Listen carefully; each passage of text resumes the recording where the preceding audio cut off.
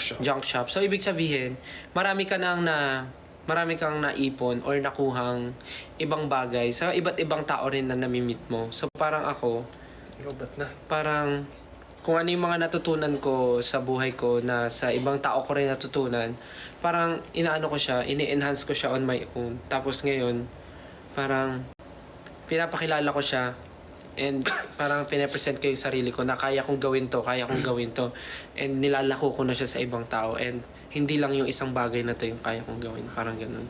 There's more. Parang ganun. Are you both okay? Oo naman. Medyo ano lang, flu season lang ngayon. So parang hindi pa rin nawawala yung ubo tsaka yung Abo, sipon. baliktad. Ubo tsaka hindi lang nawawala yung ubo tsaka sipon. Baliktad. Meron ba sa inyong ENT?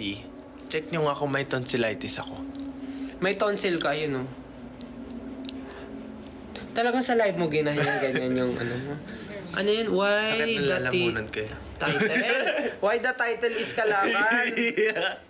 Munti ka na. Why the title is Kalakal? Actually, nag-isip ng Kalakal si ano eh.